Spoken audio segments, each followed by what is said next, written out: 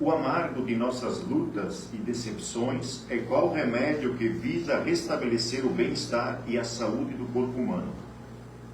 Quanto mais profunda e avançada a moléstia, mais amargo torna-se o remédio, pois é ministrado e dosado em maiores proporções. Assim também é a nossa vida. Não nos aborreçamos nem desesperemos por causa do amargor, pois o próprio mel, símbolo da doçura, muitas vezes torna-se prejudicial, quando em proporções exageradas, e imperceptível se utilizado em dosagens insuficientes. Muito pouco não se percebe a essência, e exagerado causa desconforto e às vezes até náuseas. Ao perceber o gosto amargo do remédio, o gosto enjoativo do excesso de mel, recorremos sempre ao copo de água límpida e fresca que nos restitui e normaliza o paladar. A vida não é diferente. A água viva do Evangelho de Jesus nos proporciona a divina bênção de equilibrar e homogeneizar os gostos amargos com os doces, fazendo-nos compreender que as lutas são necessárias e regeneradoras, e ao mesmo tempo permite-nos descobrir as dosagens corretas e precisas dos meios da vida, fazendo-nos entender o que realmente vale a pena. O essencial é sempre o equilíbrio entre o útil e o necessário em relação ao supérfluo. Assim age a natureza, que também é obra-prima de Deus. Mediúnica 8/12/2013.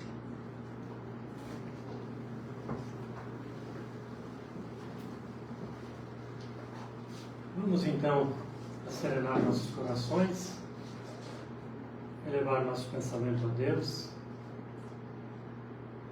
Divino Mestre, mais uma vez estamos aqui reunidos em Teu nome, pedimos o Teu auxílio, o Teu amparo, que todos os presentes, encarnados e desencarnados, possam aproveitar da Tua luz, possam aproveitar do Teu ensinamento. E pedimos também que os mentores da casa tragam suas energias, que possam dirigir o nosso irmão Marcelo na palestra de hoje,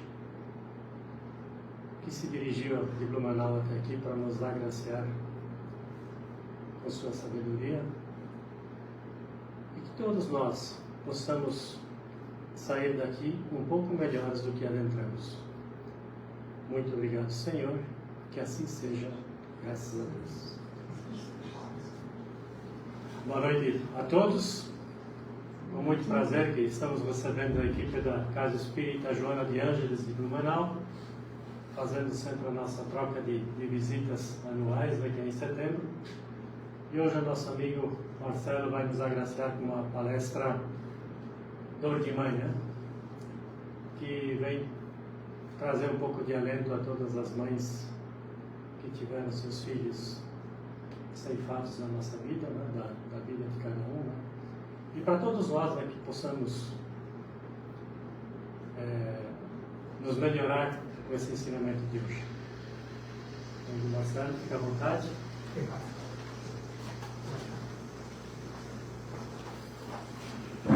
Muito boa noite a todos. É um prazer estarmos aqui, né, reunidos, fazendo esse intercâmbio entre as casas espíritas tão interessante, porque às vezes a gente fica concentrado na nossa casa e não conhece a casa irmã.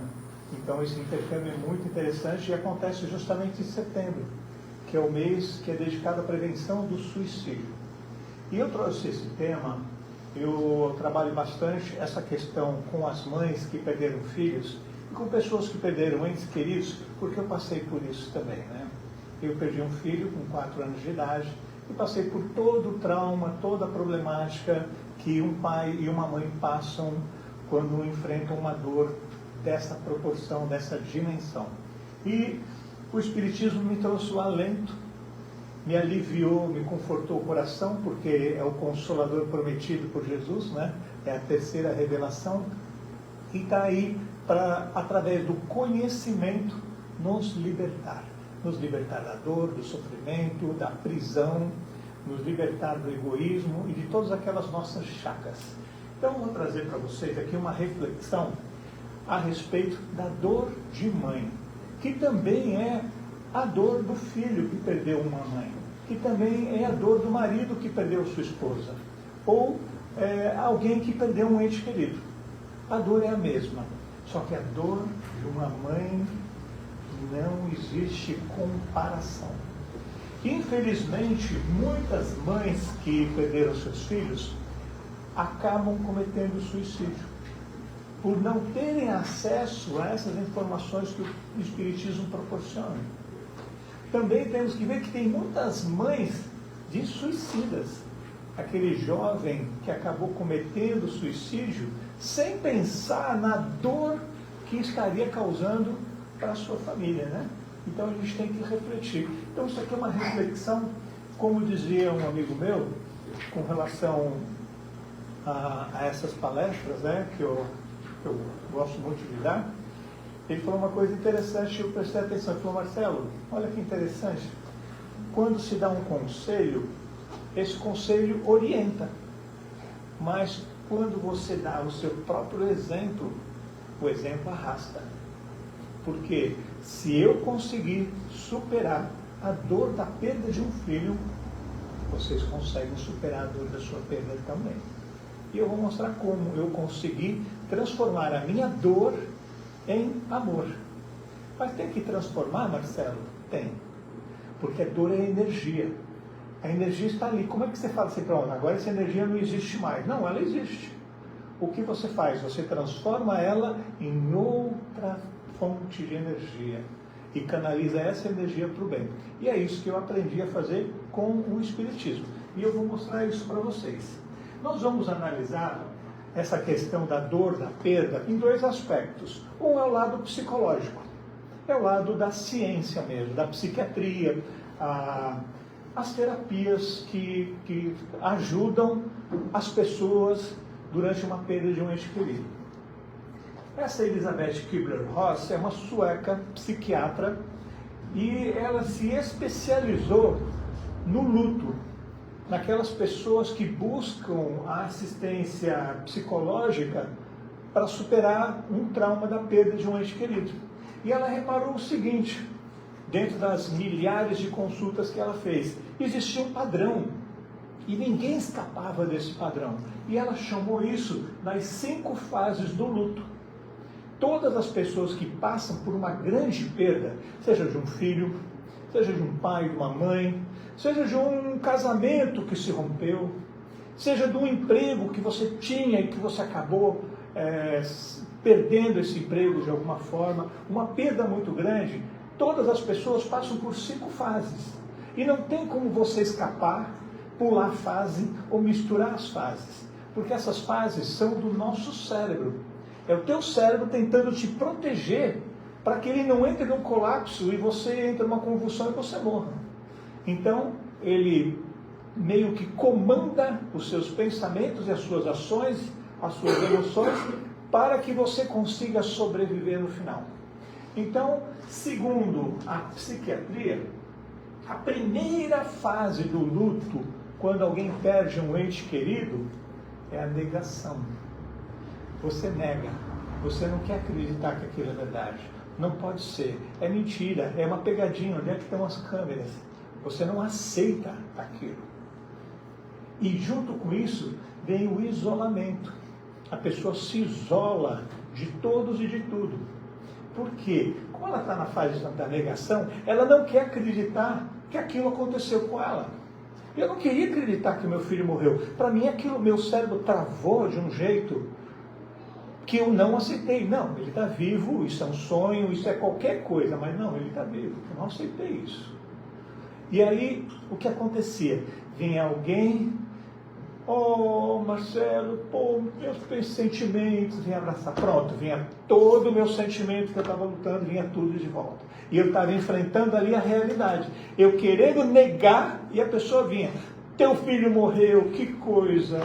Meus sentimentos, não fica assim, para de sofrer desse jeito. Gente, isso é vontade de socar uma pessoa assim. Quando vocês tiverem alguém que passou pelo luto, toma muito cuidado com essa fase. Não tenta já pegar o espiritismo e empurrar a goela abaixo da pessoa, não vai adiantar. Essa fase é da negação. Qualquer coisa que você disser para ela, ela vai negar. Não tem jeito. E ela vai se isolar. O que você faz então? Abraça. Só abraça.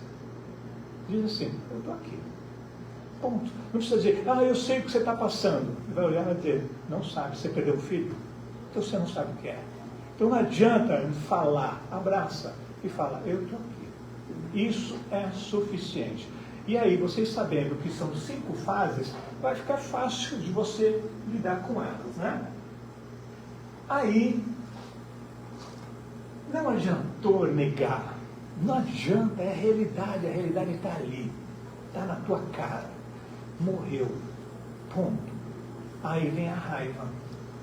Vem a raiva de quem foi o colaborador para que aquilo acontecesse, se foi um acidente. Raiva de Deus, se foi uma doença. Raiva do seu cônjuge, do seu marido, da sua esposa, se foi ele que deixou a porta aberta. E se você não acha nenhum culpado, você vai ter raiva de si mesmo, porque você vai achar a culpa dentro de você. Você tem que achar um culpado, é a mente querendo trabalhar. Aconteceu alguma coisa? Alguém é culpado. Quem é culpado? E se você não acha ninguém, aí é você. Por que eu não estava lá? Por que eu não fiz isso? Por que eu não fiz aquilo? E se eu tivesse feito aquilo? Aí vem essa raiva. É um momento que não tem jeito. Essa raiva, para a psiquiatria, ela é excelente. Por quê? Porque você está com uma bomba dentro de você. Pensa numa panela de pressão, quem gosta de cozinhar, e você põe uma pedra em cima da válvula. O que vai acontecer? Ela vai explodir. Então a raiva é uma forma daquela pressão sair de dentro da pessoa. Ela vai xingar, ela vai berrar, ela vai chorar, ela vai extravasar aquela emoção que está dentro dela. Isso é necessário. É uma das fases em que se passa no luto. E aí você tem raiva e não adiantou nada você ter raiva. Aí vem a barganha. É uma coisa impressionante, mas acontece. Aí você tenta barganhar com Deus. Deus me leva, traz meu filho de volta, troca de lugar, eu troco de lugar com ele, como se fosse possível, aí a teu pedido, ele mandar Jesus, e como ressuscitou Lázaro, ressuscitar teu filho e levar você. Como se não existissem as leis do livre-arbítrio, as leis de causa e efeito, a lei da reencarnação, como se não existisse mais lei nenhuma. É quebrar todas as leis para satisfazer o seu desejo. Isso não vai acontecer. Mas você tenta. É uma coisa natural, você tentar essa barganha. E aí você vê que não teve jeito a barganha. Aí vem a pior de todas as fases. Quando você se sente totalmente incapaz de lutar contra aquela dor, aquele sofrimento. Não tem como. Aquilo vai estar dentro de você. Nada que você fizer vai adiantar. E aí você entra em depressão. A depressão também é uma coisa boa, tá, gente? Tem gente que tem raiva da depressão, fica tomando comprimido para sair da depressão. E eu digo o seguinte, deixe a natureza seguir o seu curso. A depressão ela é necessária. Sabe o que é a depressão? É um conflito na sua mente entre razão e emoção. No caso da perda do filho, a sua razão do seu cérebro está dizendo, aceite, siga em frente. Morreu, não tem jeito, acabou. É real isso, siga em frente. E o teu coração, eu quero morrer, eu estou sofrendo, meu Deus, minha vida não tem mais sentido, eu quero me matar. E o outro, não, tua vida tem valor, você tem um conflito interno. E o teu cérebro percebendo que você vai entrar em colapso, num colapso nervoso, vai te dar um ataque e você vai morrer por causa disso, o teu cérebro, em defesa de você mesmo, ele começa a ligar alguns sensoriais teus. Aí você vai diminuindo suas emoções, você vai caindo e você cai na depressão. É como se você tem uma fera, essa fera está desesperada, querendo fugir, querendo morder, e você dá um calmante para ela.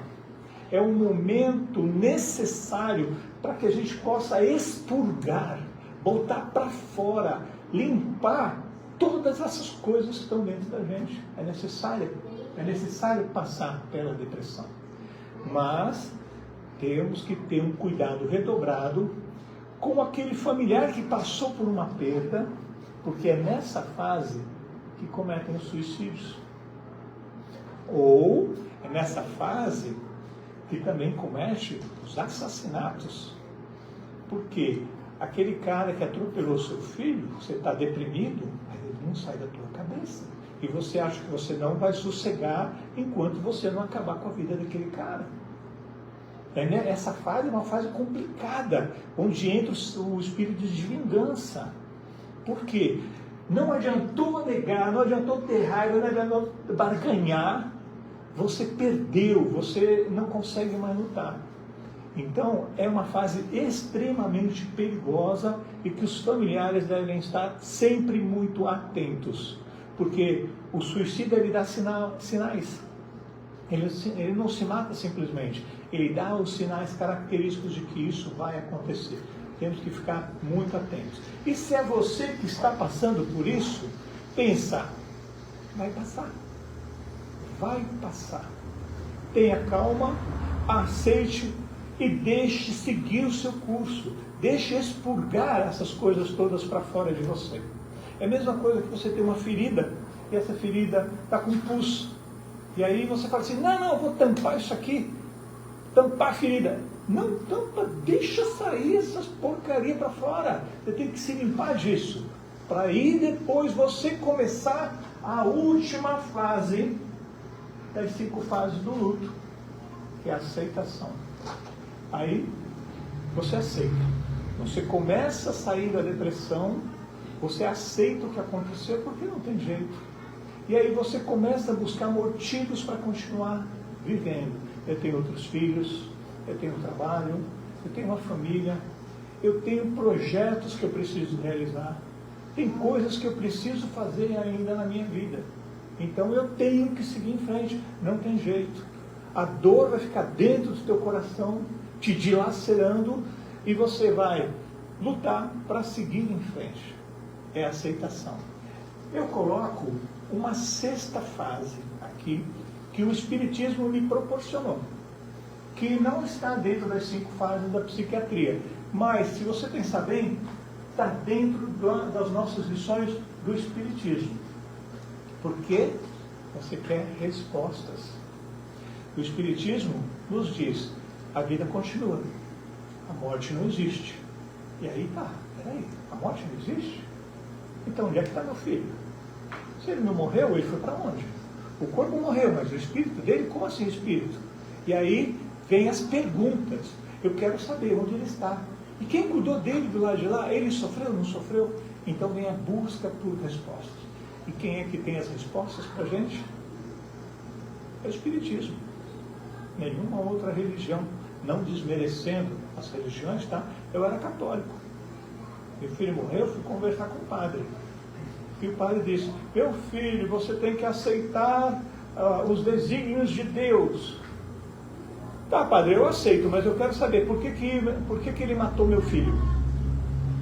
Quero saber. Não, você não pode discutir as leis de Deus. Posso. Deus não é pai? Eu sou pai. Então, esse pai passou por esse pai e matou o meu filho. Então, eu quero saber por que ele fez isso. Eu quero resposta. E não tinha. E aí, desacreditei da igreja, desacreditei de Deus. E aí, fui buscar caminhos, né? Fui para a igreja evangélica. Adorei os nossos irmãos evangélicos. Nossos cultos eram maravilhosos. A gente pulava, a gente dançava, a gente gritava, a gente cantava. Então, toda aquela raiva que eu tinha dentro de mim, aquilo explodia. E eu saía aliviado. Mas eu chegava em casa, estava deprimido de novo. Por quê? Não adiantou nada. Aquilo é como se você tivesse tomado um calmante, ou tivesse tomado uma droga, alguma coisa que te deixasse em êxtase, e aquilo passou. E aí volta toda a dor de novo. E aí fui passando por algumas religiões e aquilo não me satisfez. E aí quando eu já estava a ponto de me despedir, tchau, não quero mais essa vida, que porcaria, que não faz sentido nenhum, eu já estava querendo já ir embora daqui, porque esse planeta não fazia sentido nenhum. O que é isso? Qualquer um pode morrer. Bandido toma tiro, não morre. Naquela semana que meu filho morreu, um traficante ali mais para cima ali da minha rua, ele tomou 5 tiros. 2 tiros ele tomou na cabeça. E ele não morreu. Meu filho tropeçou, caiu no poço e se afogou. Aí você pensa, cadê a justiça de Deus? Deus é bom, é justo, cadê? Aonde está? Então nenhuma religião consegue explicar isso. Só o Espiritismo. E aí quando eu vim para Blumenau para me despedir dos meus outros filhos, né?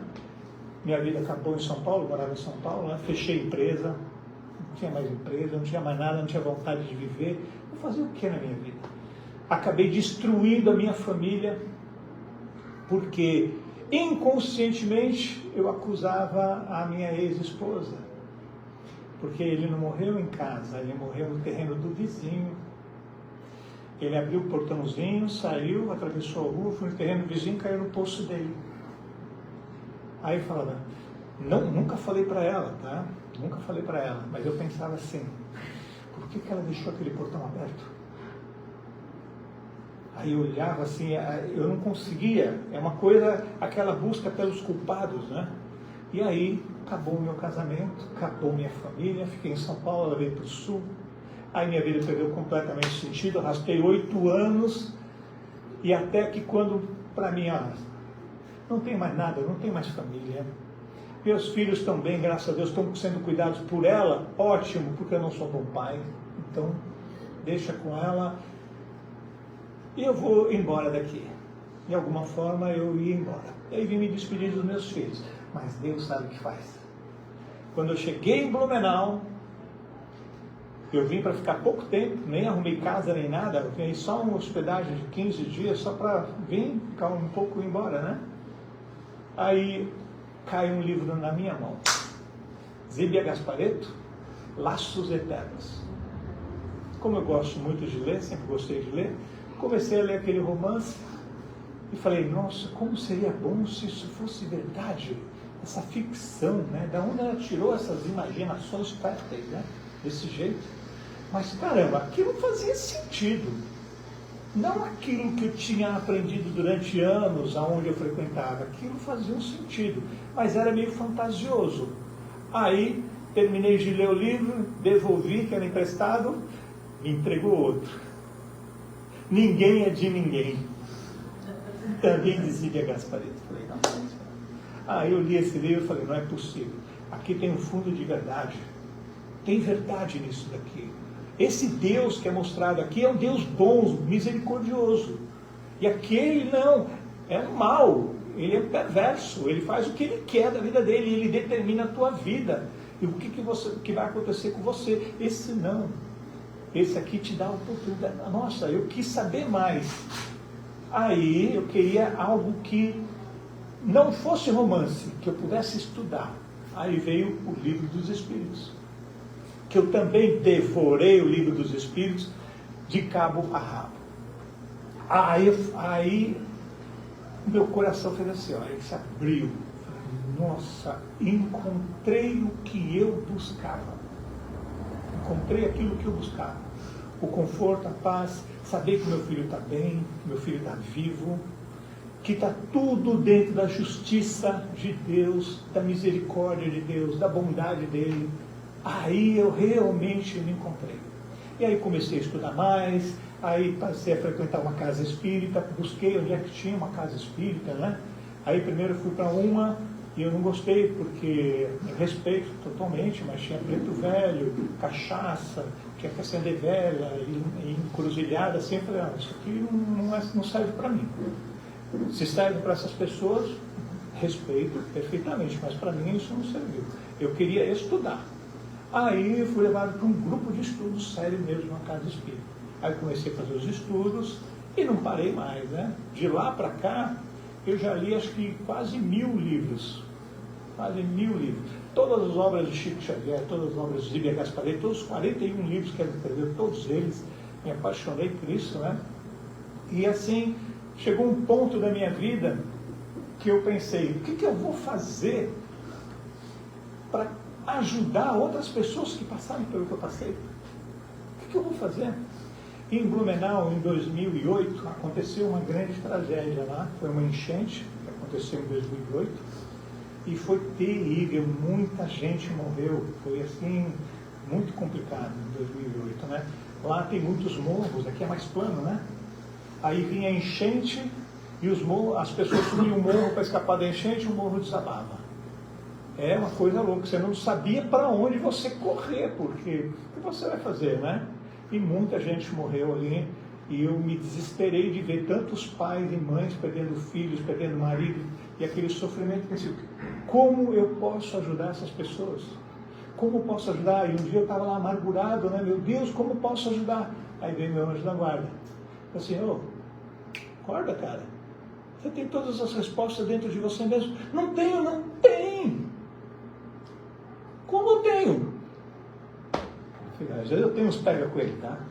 Tem uns pega com ele. Ele falou assim, você já passou por isso, perdeu um filho. Você é espírita, você tem todo o conhecimento do espiritismo. E você é produtor audiovisual, você trabalha com áudio e vídeo. Você faz filmes, você faz documentários, junta os três. Eu falei, caramba. Aí eu escrevi o roteiro do filme O Anjo, que alguns de vocês devem ter visto, e se não viram, não pode perder esse filme. E o filme já ajudou milhares ou milhões de mães e pais que perderam filhos, porque retrata justamente o que o Espiritismo me ensinou. Não é a minha história, é a história de todos os pais e mães que passam pela perda, esse filme é, e ele traz o sofrimento, mostra o sofrimento da perda. Por quê? Para causar empatia. Porque tem quem está assistindo e fala, eu também guardei as coisinhas dele. Eu também fiquei com a foto. Eu também deixei o quarto dele daquele jeitinho também. Quantas vezes eu chorei. A pessoa se identifica com a personagem. E aí ela entra na personagem. E quando a personagem se transforma com o encontro com o anjo, quem está assistindo se transforma também. E aí se cura dessa dor, desse sofrimento. Então, essa busca por respostas, só o Espiritismo pode trazer, né? E a primeira coisa que eu aprendi e que nós devemos aprender, seu filho está vivo. Isso é que confortou meu coração, ele está vivo. Bom, eu não aceitava que ele tinha morrido, então eu estava certo. Ele está vivo. O corpinho dele morreu. Mas ele não morreu, ele está vivo. Agora vou procurar saber outras coisas mais, outros conhecimentos que vão consolar o meu coração. E aí vem uma coisa muito importante, que é o subtítulo do filme O Anjo. É O Anjo, os laços de amor são eternos. Isso aqui é uma homenagem que eu fiz pessoalmente para Zíbia Gasparetto, pelo primeiro livro que caiu da minha mão, que era Laços Eternos.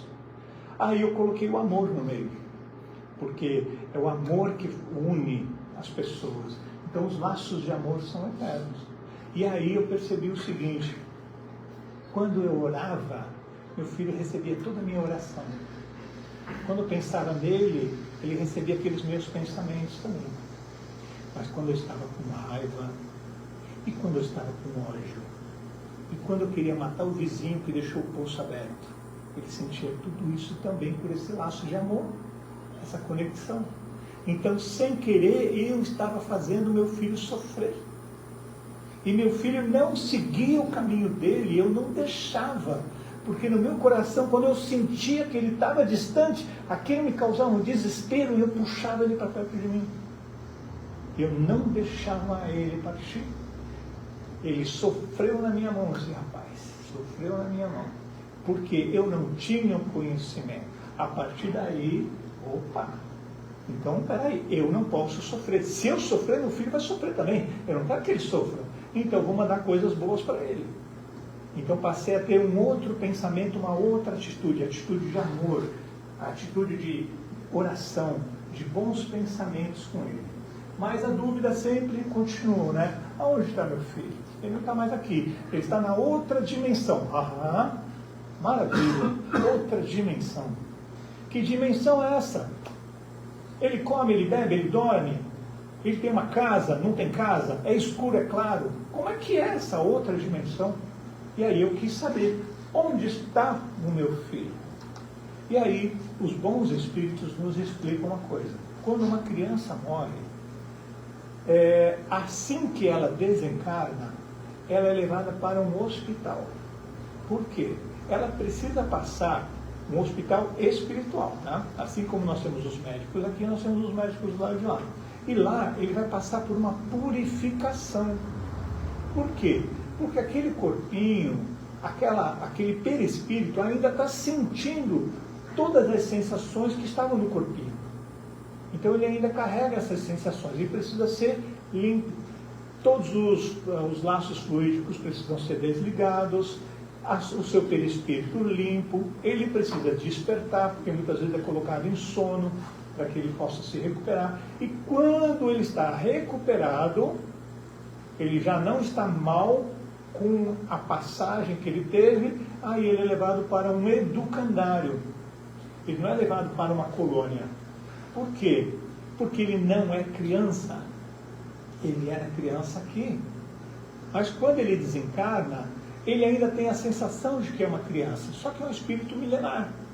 Mas ele ainda não recobrou a sua consciência.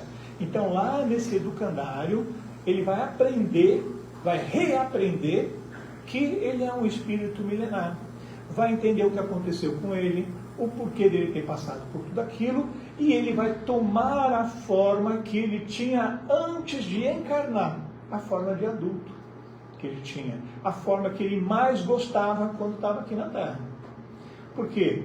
Pensa você, se você desencarnar, você está lá no plano espiritual, você pode tomar a forma que você quiser. Você vai tomar a forma de uma criança? Ah, não, né? Mas você vai tomar a forma de um velhinho aqui? Ah, também não. Qual foi a tua melhor fase? Aquela que você olhou no espelho e falou, yes, esse sou eu. É essa forma que a gente vai tomar quando a gente estiver do lado de lá. A nossa melhor forma, aquela que mais nos agradar. E quando a gente for nos encontrar com algum familiar, a gente vai tomar a forma que ele nos conhecia quando nós estávamos na Terra. Já pensou? Eu em desdobramento, aí quero ver meu filho, sou levado para uma colônia, aí eu vejo um barbudo de 2 metros de altura, todo fortão. Ah, que é isso? Aí não é meu filho não, meu filho tinha 4 anos. Não, ele vai se apresentar naquela forma que eu conhecia. Só que não é necessário porque eu já sei que ele não é uma criança, mas para um outro pai ele se apresentaria daquela forma. Então, depois que ele é rememorizado, ele toma a sua consciência, a tua memória, aí ele vai para a sua colônia. Ou seja, o nosso verdadeiro lar, da onde a gente saiu. A gente deve lembrar que a nossa família, ela está metade aqui na Terra e a outra metade está no plano espiritual. A nossa verdadeira família está lá.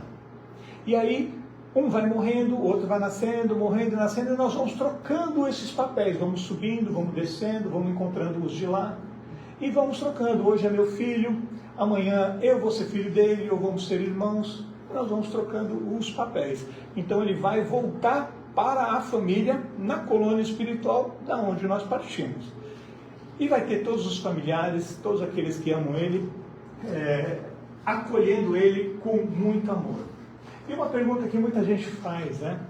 Principalmente é uma coisa que me castigava a minha alma. Meu filho sofreu, o desencarne dele foi sofrido, e muitas vezes eu estava à noite, eu tinha pesadelos, eu via ele se debatendo, tentando escapar e se afogando naquele poço e não conseguindo sair dali, se afogando, o desespero que ele passou, aquilo me angustiava a minha alma, aquilo me matava por dentro, me agoniava saber que ele morreu com medo, com pavor, com desespero. E aí Deus, na sua bondade, na sua misericórdia, me fez passar pelo mesmo que meu filho passou. Eu me afoguei. Em Barra Velha, estávamos lá nadando ali no mar, de repente o mar começou a puxar, e quando o mar puxou, as ondas começaram a vir fortes, violentas, o mar ficou violento de uma hora para outra, eu não conseguia mais lutar, não conseguia mais, meus braços doíam, minhas pernas doíam, fiquei lutando acho que uns 30, 40 minutos, não sei quanto tempo, até que eu desisti da vida. Não conseguia mais lutar, não conseguia, meus braços endureceram. Aí eu afundei. Toquei os pés lá na areia no fundo, e olhei a água lá em cima, uns 3, 4 metros de altura lá em cima. E aí, naquele momento que eu decidi entregar a minha vida, me veio uma paz, uma serenidade. Eu pensei, nossa, é assim que meu filho morreu. Meu filho morreu em paz. Olha que paz que eu estou sentindo nesse momento. E aí, nesse momento, entreguei a minha vida a Deus. Ali falei, Pai, entrego a Ti a minha alma. Gratidão por me fazer passar pelo mesmo desencarne do meu filho. Agora eu sei que eu vou reencontrar. E estava ali esperando, estava assim, boiando, pezinho na areia, só esperando a hora que eu não aguentasse mais respirar, ia puxar aquela água para dentro e ia desencarnar. Ponto final. Feliz, em paz. E aí eu olho, vi uma espuminha, assim pro lado de cá, eu olhei para cima, vi um negócio vermelho comprido, espuminha de um lado, espuminha do outro. Eu, ué, que é isso? Um caiaque. Ali, nessa hora, me veio uma força que eu não sei de onde, eu sei de onde. Eu dei o impulso, subi. Quando cheguei lá em cima, ele já estava distante, gritei, ele veio e me salvou. Me salvou, não sei como, um caiaque no meio da tempestade. Não faço ideia disso, né? E aí me levou até a areia, fui até a areia arrastado por aquele caiaque. Aí os amigos correram, me pegaram. Aí depois que eu... Nossa, cadê o cara do caiaque para agradecer? Que caiaque? O caiaque vermelho, o cara que me trouxe. Não tem caiaque nenhum. Como não tem um caiaque que me trouxe? E ninguém soube dizer desse caiaque. Me arrepio, tá? Me arrepio. E aquilo ficou na minha cabeça. Meu Deus, eu imaginei isso. O que aconteceu? Eu sei que tinha, porque meu braço doeu de segurar aquela cordinha. Meu braço estava doendo. Tinha um caiaque, sim. O pessoal que não reparou na hora do desespero lá. Então, ele sofreu? Não! Não sofreu. Nesse momento em que a pessoa vê que não há mais o que lutar, o teu próprio espírito se entrega. E essa entrega é uma paz, é uma serenidade. Então, não sofreu. E outra, a morte não dói. Ai, doeu morrer? Não, por quê? Porque o espírito não tem nervo. O espírito é energia. Os nervos estão no corpo. A partir do momento que o corpo parou de funcionar, parou a dor, ali, nesse momento. Então ele não sente mais a dor. Alguns dizem, os bons espíritos, que alguns suicidas ainda sentem dor. Mas na verdade eles não sentem. É uma impressão deles que eles estão criando para eles mesmos. Eles não têm dor nenhuma, porque ele não tem nervo. Como é que vai sentir dor? Mas eles carregam aquela culpa do ato do suicídio, né? Então ele sofreu? Não, ele não sofreu. E como aconteceu? Como acontece? A pessoa morre. Como é que a alma simplesmente sai? Como acontece isso?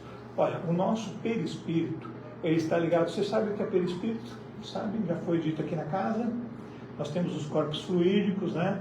Temos o espírito, temos o corpo físico, e o perispírito ele faz essa cola, essa ligação, é uma cópia do corpo físico, né? O nosso perispírito.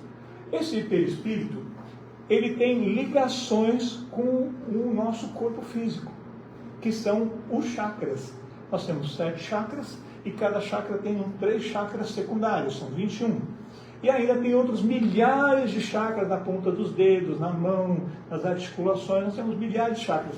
Esses espíritos bondosos são como médicos que vão desligando esses laços fluídicos até que sua alma consegue se libertar totalmente do corpo.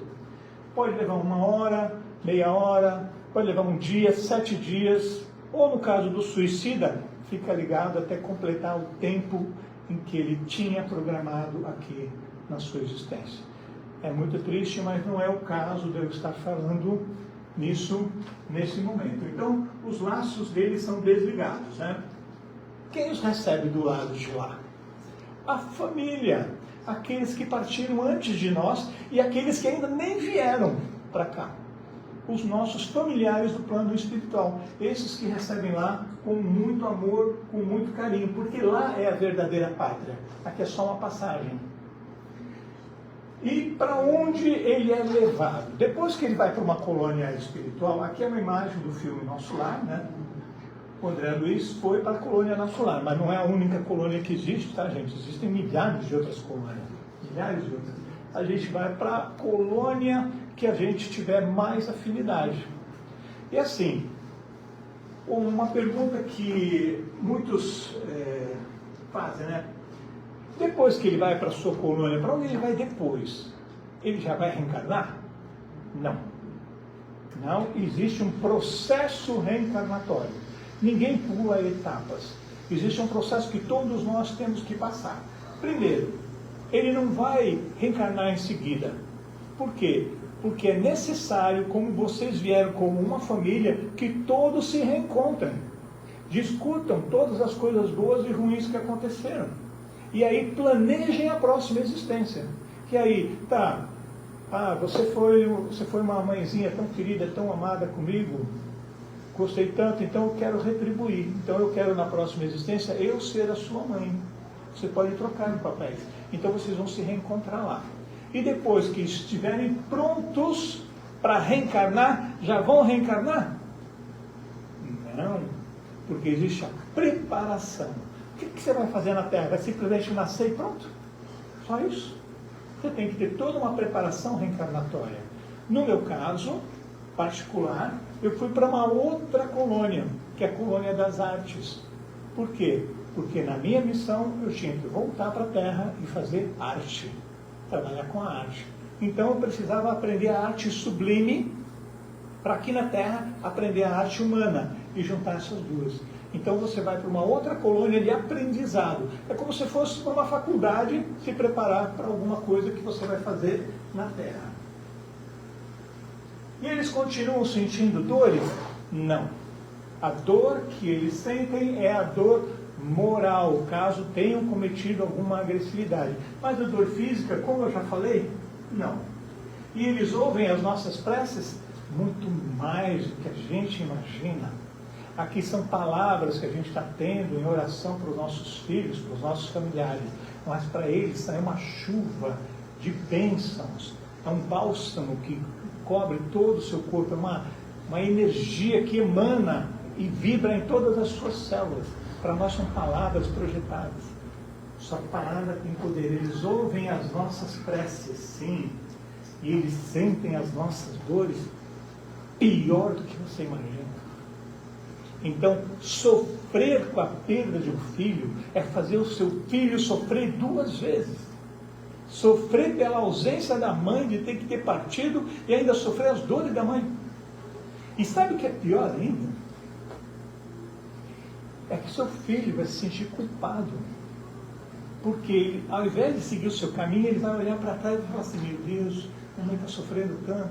Olha o que eu fui fazer com minha mãe, por que eu fui desencarnar? Eu sou culpado da dor, do sofrimento que eu causei para minha mãe. Você está causando mais, você está complicando tudo.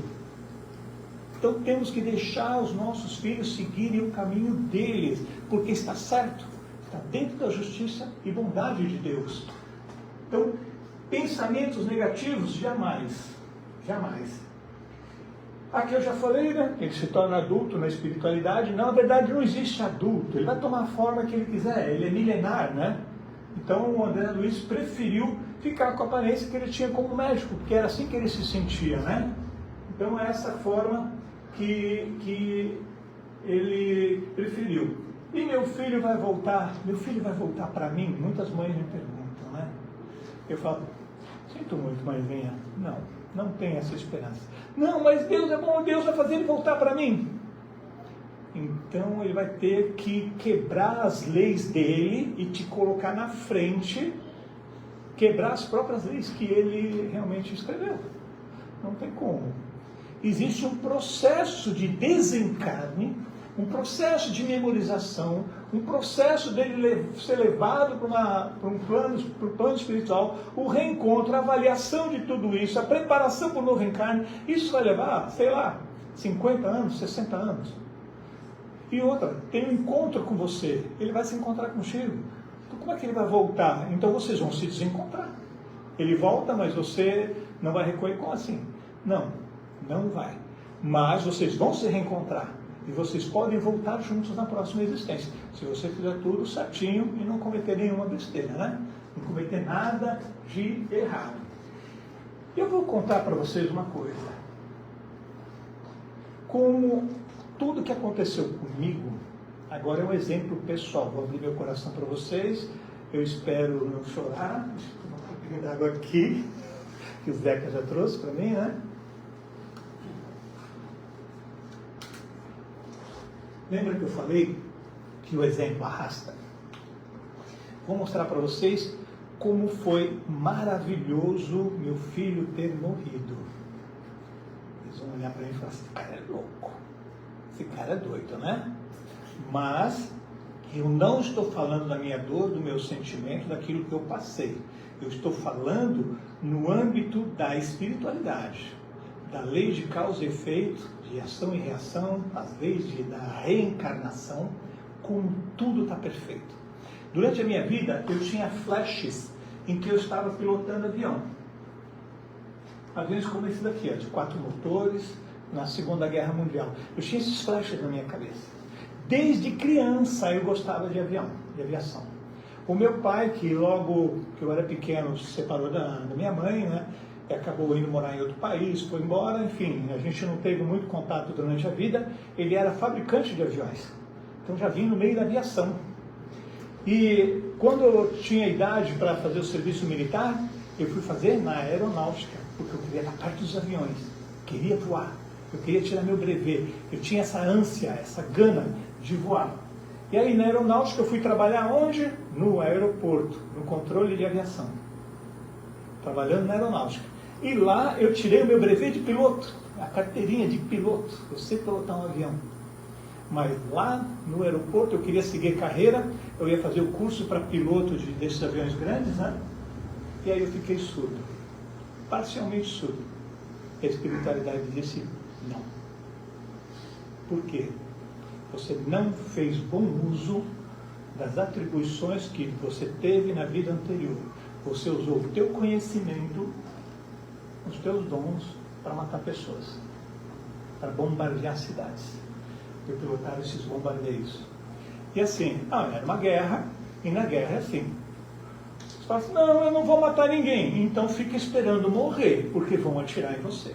Não tem jeito, você é colocado num lugar infernal, ou você mata ou você morre. Mas eu tinha uma característica, eu não gostava de voltar para a base com bombas dentro do meu avião. Então eu ia na missão, soltava as bombas lá no território inimigo, e aí voltava para a base. Mas sobrou uma bomba lá atrás que não foi jogada. Aí eu vi algumas coisinhas, eu vi um prédio muito grande, assim, lindo. Parecia uma igreja enorme, mas não era igreja porque não tinha cruz. Parecia uma biblioteca enorme. Aí mandei preparar a bomba, jogamos a bomba, acabamos com o prédio. Aquela felicidade de estar dentro do avião, né? Dentro do meu avião tinha um rapazinho, acho que tinha 16 anos, não tinha 18 ainda. Mas na guerra começaram a botar as crianças também. Lá era o nosso mascote, o alemãozinho lá. Era o nosso mascote, todo mundo protegia ele. Se vinha um avião da direita, a gente jogava ele para a esquerda. Se vinha um avião lá da frente, bota ele lá para trás, sempre tentando proteger ele, né? E num dia, o nosso avião foi atingido, isso aqui é só imagem ilustrativa, tá, gente? Nosso avião foi atingido na asa direita, o motor explodiu. Eu lembro, tá, gente? Não é, eu assisti um filme, eram flashes que eu tinha. Mas eram flashes de fragmentos, eu não conseguia conectar as coisas. Anos depois é que eu fui conectar, numa reunião espírita, que aí eu consegui entender. Aí meu avião foi atingido, tentei fazer um pouso forçado, não consegui, porque os comandos não obedeciam, o avião caiu, explodiu, pegou fogo. Todo mundo morreu, menos o alemãozinho, o nosso mascote. Nós colocamos, amarramos ele lá no fundo, lá na cauda, lá atrás, e todo mundo protegeu ele. Só que ele ficou todo queimado e amputado, porque o acidente foi muito grave. O que aconteceu com esse alemãozinho? Ele não aguentou viver daquele jeito, porque todos aqueles que protegiam ele morreram, menos ele. Mas ele ficou deformado, ficou queimado, ficou amputado, ele não conseguiu viver com aquela dor, com aquele sofrimento todo. E aí ele cometeu suicídio, faltando 4 anos para terminar a existência dele naturalmente. Ele tinha que tomar um remédio muito forte que mantinha a sobrevida dele. E ele parou de tomar aquele remédio e antecipou a partida dele em 4 anos. Quando a gente se reuniu na espiritualidade, todos nós desencarnamos, ele desencarnou, todo mundo desencarnou, se reuniu na espiritualidade, aí nós fomos nos dar conta das coisas que nós fizemos. Aí eu não aguentei, falei, meu Deus, eu acreditei naquele bigodinho lá, eu acreditei naquele Charlie Chaplin lá, do mal, e eu achava que eu estava fazendo a coisa certa, e eu não estava fazendo a coisa certa, estava fazendo mal. E agora? Como eu posso reparar esse mal que eu fiz? E aí nós decidimos, através dos nossos mentores espirituais, que nós íamos descer todos juntos de novo e íamos reparar pelo amor. Porque eu poderia reparar pela dor. Vir e sofrer aquilo que eu fiz os outros sofrerem. Mas isso seria vantagem para quem?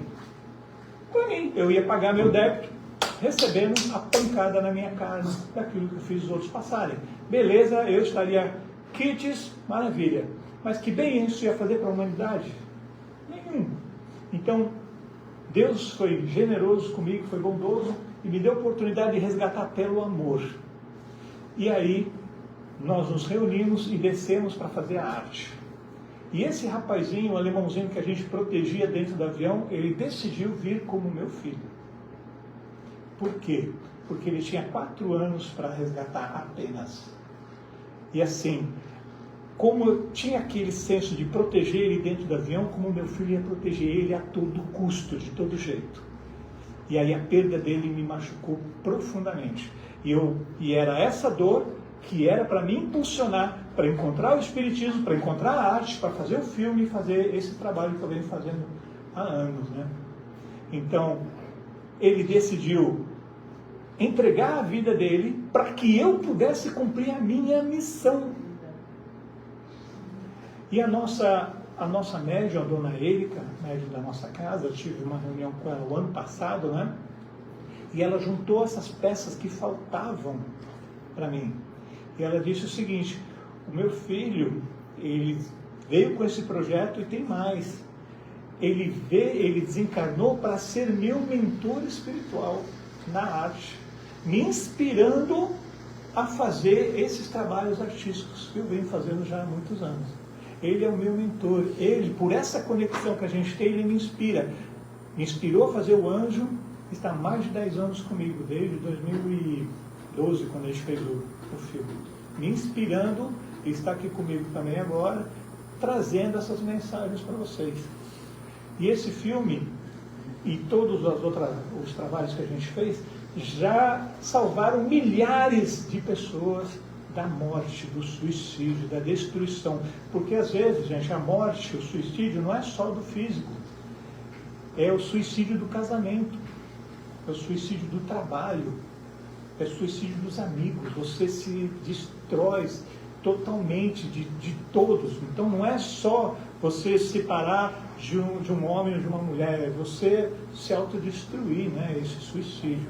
Então, esse nosso trabalho fez com que tudo isso acontecesse. E vou contar uma coisa que eu não contei ainda para vocês, né? Quando esse filme, O Anjo, foi para o cinema, na estreia dia 2 de setembro, lá em Blumenau, lá no cinema, veio uma médium de São Paulo, que é artista, e ela disse, depois do filme, ela contou para o Meirelles, nosso colega Meirelles, e o Meirelles gravou um videozinho com ela, falou, não, repete que eu vou mandar para o Marcelo. Aí ela disse que quando ela estava assistindo o filme, no cinema, começou o filme, as paredes desapareceram totalmente, não tem problema, gente, podem ver aqui, ó, na minha tela, se puder acender uma luzinha do celular, aqui, ó.